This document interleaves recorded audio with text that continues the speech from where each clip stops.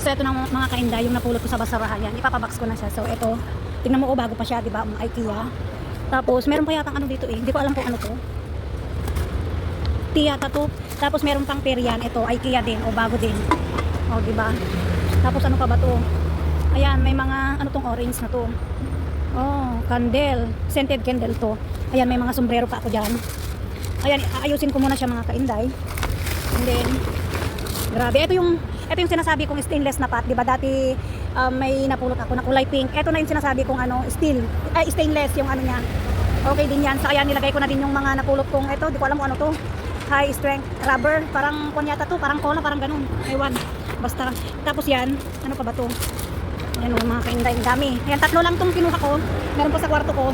Pero nahihiya kasi akong ilabas lahat. Kaya ano na lang muna, unti-untiin ko na lang muna siyang ilabas.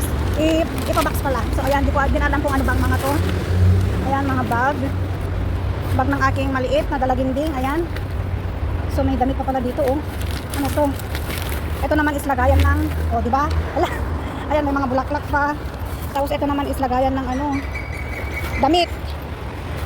Ayan, may mga bra pa. Di ko alam kung ano. So ayan mga kainday.